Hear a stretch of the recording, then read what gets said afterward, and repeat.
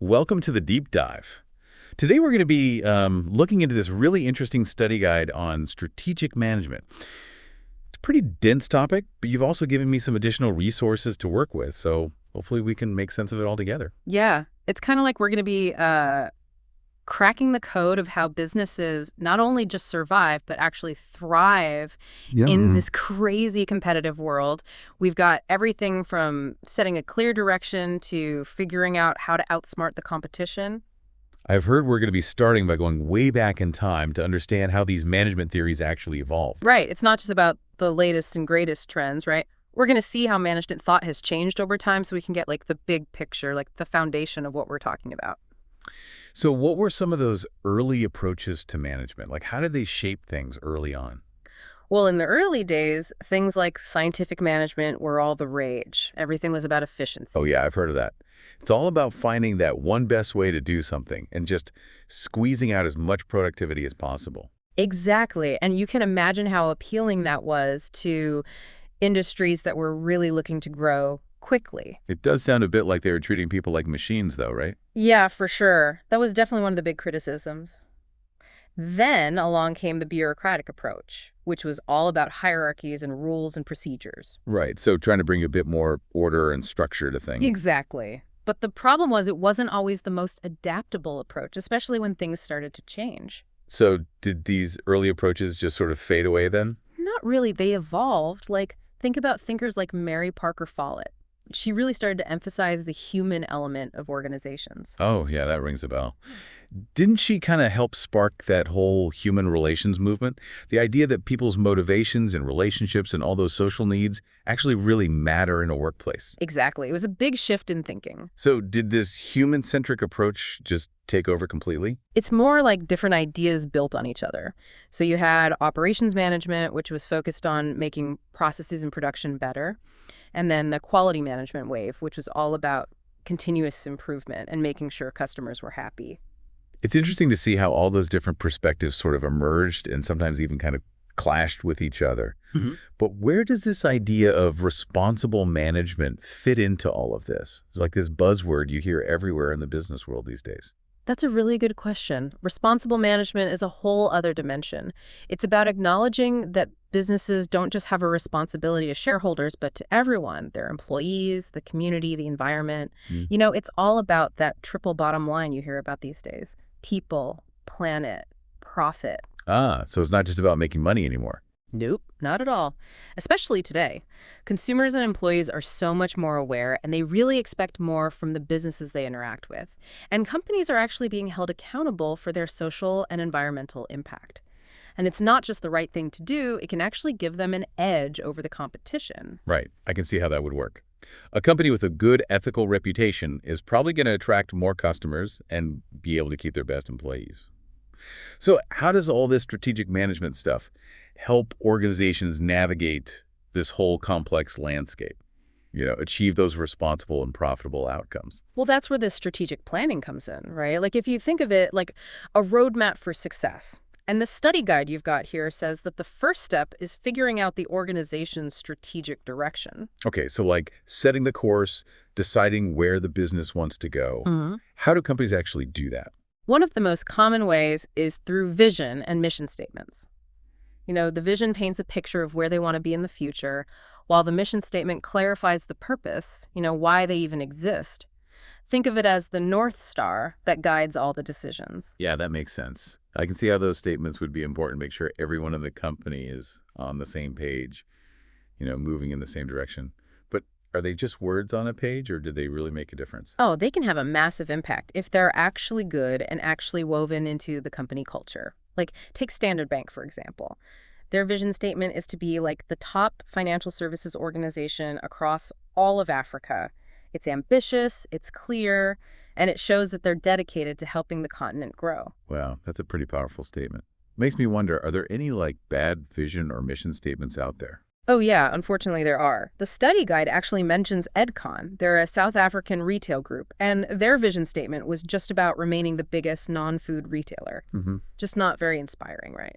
A good vision should be something that really motivates everyone in the company. It's like the difference between saying we want to be the best versus we want to make a positive impact on the world. one just feels, I don't know, more meaningful. Right. It's not about just claiming a position. It's about having a real purpose. So once a company has a good vision and mission, what are the next steps? Well, this study guide says that the next step is to analyze the external environment, the context where the organization operates. It's basically about understanding all the trends, forces, and players that can either help or hurt the company. That sounds like a pretty big task. Like, the business world is so complex and it's always changing. Where do you even begin to analyze something that massive? That's where frameworks like the PESTEL-G analysis are really helpful. Hostility. What's that? So, PESTEL stands for political, economic, sociocultural, technological, environmental, legal, and global. Basically, by carefully looking at each of these areas, companies can get a much clearer picture of the opportunities and threats they're facing. Okay, so it's like a checklist for understanding what's happening in the world around them. Can you give me a real-world example of how a company might use this framework? Sure. Let's take Woolworths again. The materials you gave me actually highlighted them, and they operate in a really dynamic market, so there's a lot to consider. Yeah, I can imagine. Okay, so let's break it down. How would Woolworths use PESTEL-G to understand their business better? Okay. Let's start with the P, political. South Africa has had some political instability at times, and that can have a big impact on businesses. Woolworths needs to keep an eye on government policies and regulations and anything that might be changing that could affect how they operate. Right, because if things feel unstable, people might not want to spend as much money. Right. So what about the economic side of things? Well, that's obviously super important for a company like Woolworths, a retailer. They need to pay attention to things like currency fluctuations and economic growth, basically anything that can impact how much money people have to spend. And that can influence things like Woolworths' pricing and their marketing strategies. Right. Things like unemployment rates and inflation would probably be on their radar too. So we've covered the political and the economic. What about the S, the sociocultural factors? Those are really important these days. Woolworths needs to understand how consumer preferences are changing, what lifestyle trends are emerging, and how demographics are shifting. Like, if more people are interested in health and wellness, they might offer more organic and healthy foods. Or, if online shopping is becoming more popular, they need to make sure their website is top-notch. So they're basically constantly trying to stay ahead of how their customers are changing and what they want. Yeah, exactly. And technology is another area that's constantly evolving. That's the T's in PESTEL. They need to be paying attention to new technologies, things that could either disrupt their business or create new opportunities. I can only imagine how fast-paced that must be, especially with the rise of, like, e-commerce and everything happening on our phones. Has Woolworths been able to do that, use technology to its advantage? They've definitely been trying. They've invested in their loyalty program, W Rewards. It uses data and technology to give people personalized offers and a better experience. But they're also competing with companies that only exist online, which can be really tough. Right. So technology can be a good thing or a bad thing, depending on how well they adapt to it. Yeah. What about the E, the environmental factors? Consumers are definitely becoming more environmentally conscious. And this is an area where Woolworths has been trying to position themselves as a leader. Like, they've been implementing a lot of sustainability initiatives, from reducing their carbon footprint to promoting ethical sourcing. It sounds like they're trying to make their commitment to the environment a selling point, a way to stand out from the competition. Exactly. And then we have the legal factors, the L in PESTEL-G. For a company like Woolworths, they have to stay on top of any changes in laws or regulations. Okay, so things like labor laws, food safety regulations, even advertising standards, all of that falls under this category. You got it. And last but not least, we have G for global. This basically encompasses everything that's happening on a global scale: economic trends, international trade agreements, geopolitical events. For a company that operates in multiple countries like Woolworths, understanding these global forces is crucial. Wow, so PESTEL-G is really a pretty comprehensive tool for making sense of the complex world that a business operates in. Yeah, it's a great starting point for any strategic analysis. Okay, so we've covered a lot about Woolworths and their external environment, but what about looking inward? How do companies figure out what they're good at and what they need to improve? That's a great question. And that leads us to the next phase of strategic planning: analyzing the internal environment. This is where companies really take a look at their resources, their capabilities, and their core competencies. Okay, so I understand what resources are, but remind me, what are those other two capabilities and core competencies? So think of resources as everything a company has to work with. These can be physical things like factories and equipment, or things like money. Or they can be more intangible, like their brand reputation, patents, or even the knowledge and skills of their employees. So resources are what they have. Got it. Right. What about capabilities? Capabilities are all about what a company does well. It's their ability to use those resources to get things done. So, for example, Woolworths is really good at managing their supply chain, getting products from suppliers to stores efficiently. Right. It's not just about having the stuff. It's about knowing how to use it effectively. And core competencies. Those sound pretty important. They are. Core competencies are the things a company does better than anyone else. They're what give them a real competitive edge. Like, take Discovery. They're a South African financial services company that's really known for being innovative and shaking things up in different industries. That's a core competency for them that they've used across lots of different businesses. So how does a company figure out if their resources and capabilities are actually core competencies? Well, there's a really useful framework for that called VRIO. VRIO. Yeah. It stands for valuable, rare, inimitable, and organized. To be a core competency, something has to meet all four of these criteria. Okay, so what does it actually mean for a capability to be valuable? A valuable capability allows a company to take advantage of opportunities or avoid threats.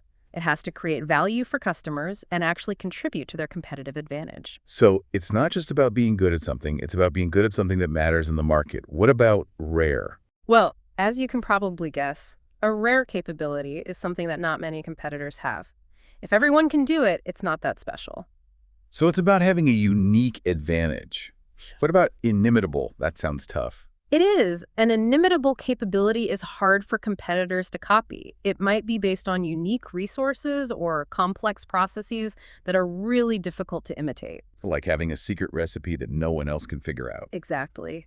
And lastly, for a capability to be organized, it means the company has all the right structures and systems in place to actually use that capability effectively. Right, so you can have a great idea or a unique skill, but you need the right organizational structure to make the most of it. VRAO sounds like a pretty useful tool. Are there any examples of companies actually using it? There are. The study guide looks at Spur Corporation using the VRIO framework. It's a really good illustration of how this tool can help companies understand their strengths. Okay, I'm interested. How do Spur's capabilities stack up against VRAO? Well, one of Spur's key capabilities is creating a family-friendly dining experience. Think about it. Their restaurants are designed for families with kids, they have play areas, special menus, and they even have a mascot. That's something their target market really values. It's definitely different from most other restaurants, especially compared to places that are more for adults. What about rare? How many other restaurants are this focused on families? Not many. While some might have kid-friendly options, Spur has made it their whole thing. That's pretty rare. Okay, so we've got valuable and rare. What about inimitable? Couldn't any restaurant just copy what Spur is doing? It's not that simple. Spur's family-friendly experience is built on a lot of things. Their design, menu, staff training, marketing, even their brand personality. It's hard to copy all of that. Right, it's like all these different ingredients coming together. And what about the organized part? Is Spur actually set up to use this capability well? They seem to be. Their whole organization is geared towards making sure families have a good experience. Like, they train their staff to interact with kids, their restaurants are designed to be welcoming to families, and their marketing is really consistent. So it sounds like, based on VRIO, that Spur's family-friendly approach is a real core competency for them.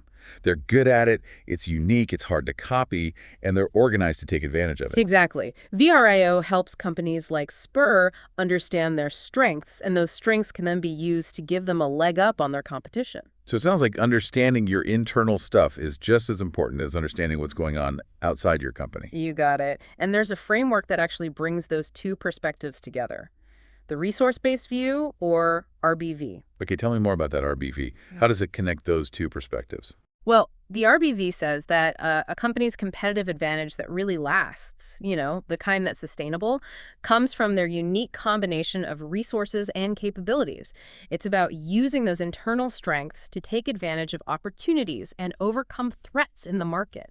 It's not just about reacting to the market. It's about using what you've got to shape your own future. Exactly. And a good example of this is Discovery Bank. They were able to use their existing customer base, their strong brand, and their really innovative culture to launch a whole new banking business. Those internal strengths helped them enter a new market and shake things up. So strategic management is a lot about analyzing, adapting, and evolving to stay ahead of the game. Right. It's not a one-time thing, it's a constant process. You got it. And that brings us to, I think, the most exciting part, developing those business level strategies. This is where companies figure out how they're going to compete, how they're going to win those customers. This is where the ideas become reality. We're talking about picking your lane and then becoming the best in that lane.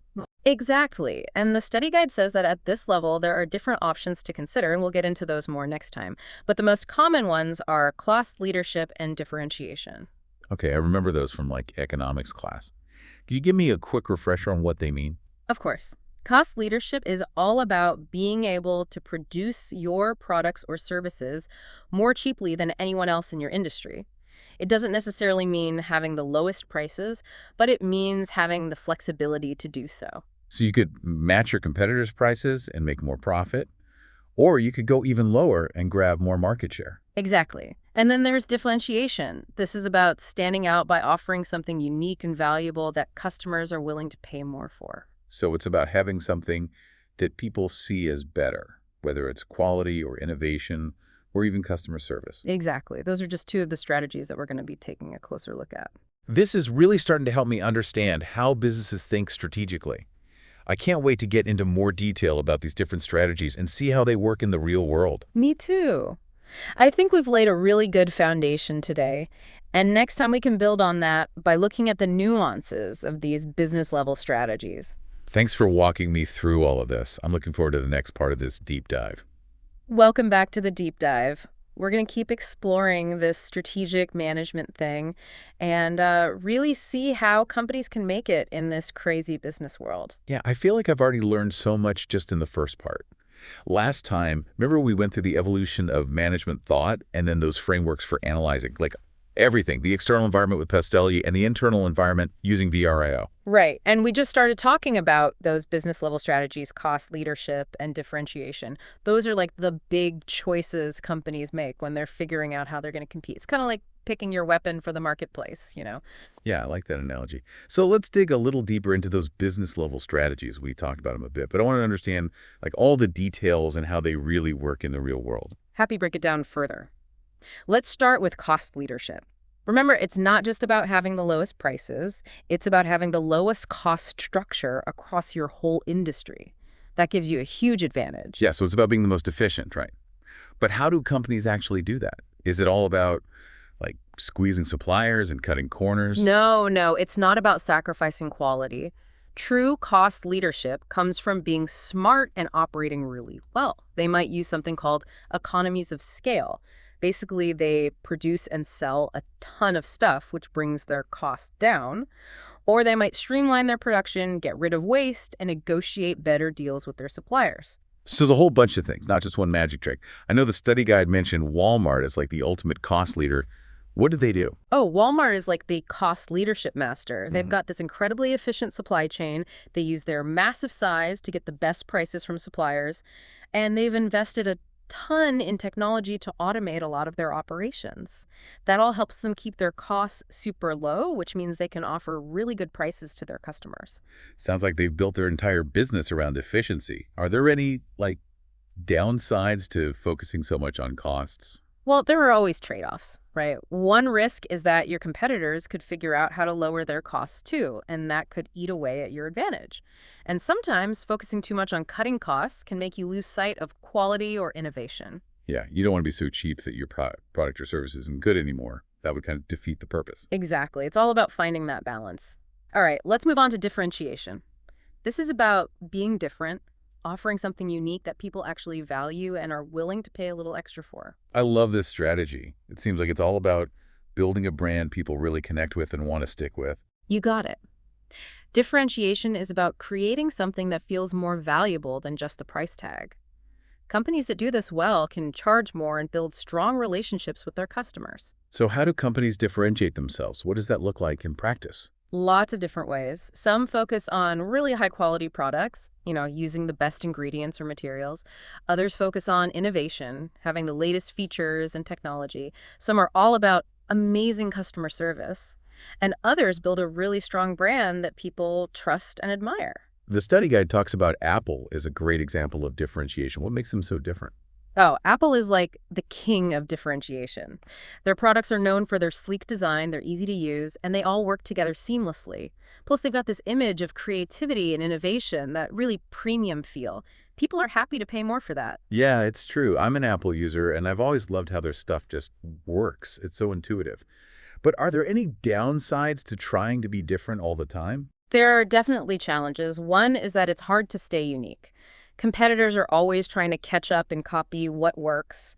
And sometimes what people value changes or new technology comes along and your differentiator isn't so special anymore. You have to keep innovating to stay ahead. So it's not a one-time thing. You have to constantly be thinking about how to stay different and relevant. Now, we talked about this a little before, but is it possible to do both?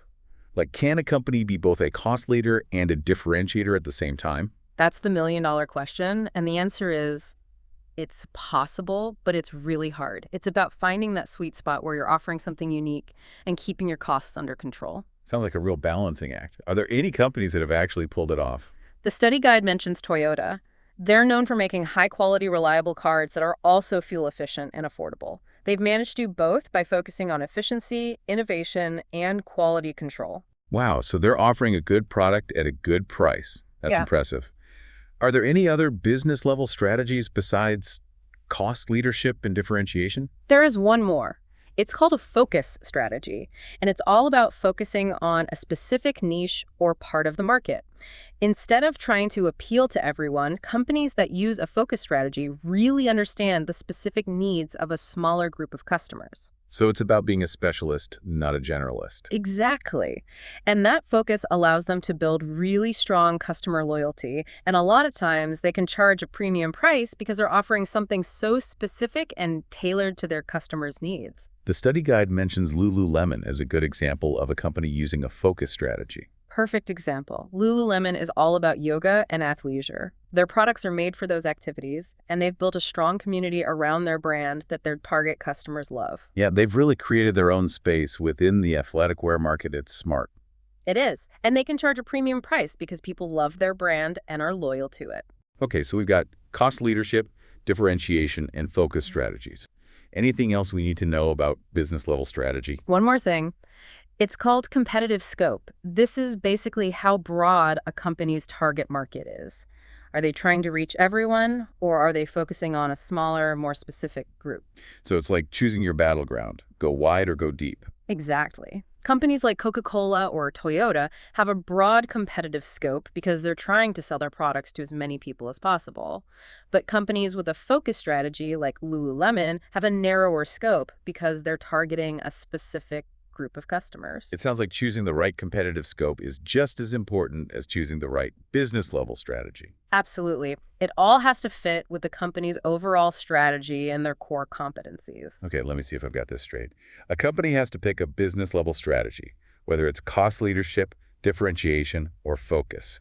And then they need to decide how wide or narrow their target market is going to be their competitive scope. Did I get it? You nailed it. Those are the two big decisions for business level strategy. This is really starting to click for me. I see how these concepts can help companies make smart decisions that lead to success. But there's not just one right answer, is there? Nope. What's best for one company might be a terrible idea for another. It depends on their specific situation, what they're good at, and who they're competing against. So it's about understanding the big picture, but also being flexible and creative. That's what strategic management is all about. Using these ideas and tools to think critically and make good decisions. This has been so helpful. Before we move on, any last thoughts about these business level strategies? I would just say that they aren't set in stone. The world is always changing, customer preferences change, new technology comes along, and companies need to be able to change with it. They need to be adaptable and adjust their strategies when they need to. So staying flexible is really important. Absolutely. That's what separates the successful companies from the rest. This deep dive has been awesome. I can't wait to keep exploring these ideas and see how companies are using them in the real world in part 3. Welcome back to the deep dive. So we've been going deep into strategic management. We've covered so much, from those basic theories of how businesses are managed to those frameworks for analyzing the business world both inside and out. And of course, we spent a good chunk of time on those business level strategies, cost leadership, differentiation, and focus, a company's game plan for competing and winning. We've talked a lot about the theory. Now I'm really excited to see how all this actually works in the real world. Can we look back at some of those examples from the study guide and see if we can analyze them based on what we've learned? Definitely. It's one thing to understand the concepts, but it's totally different seeing them in action. Let's start with Woolworths. That's a South African retailer. They're in a super competitive market, going up against companies like Pick and Pay and Checkers on the food side and Edgar's for clothes. And remember how we talked about how they use that Pestel framework to really understand their external environment?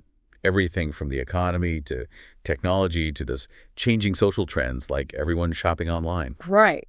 And if you look internally, they've got some key strengths, like their brand reputation, their commitment to quality and ethical sourcing, and that W Rewards loyalty program.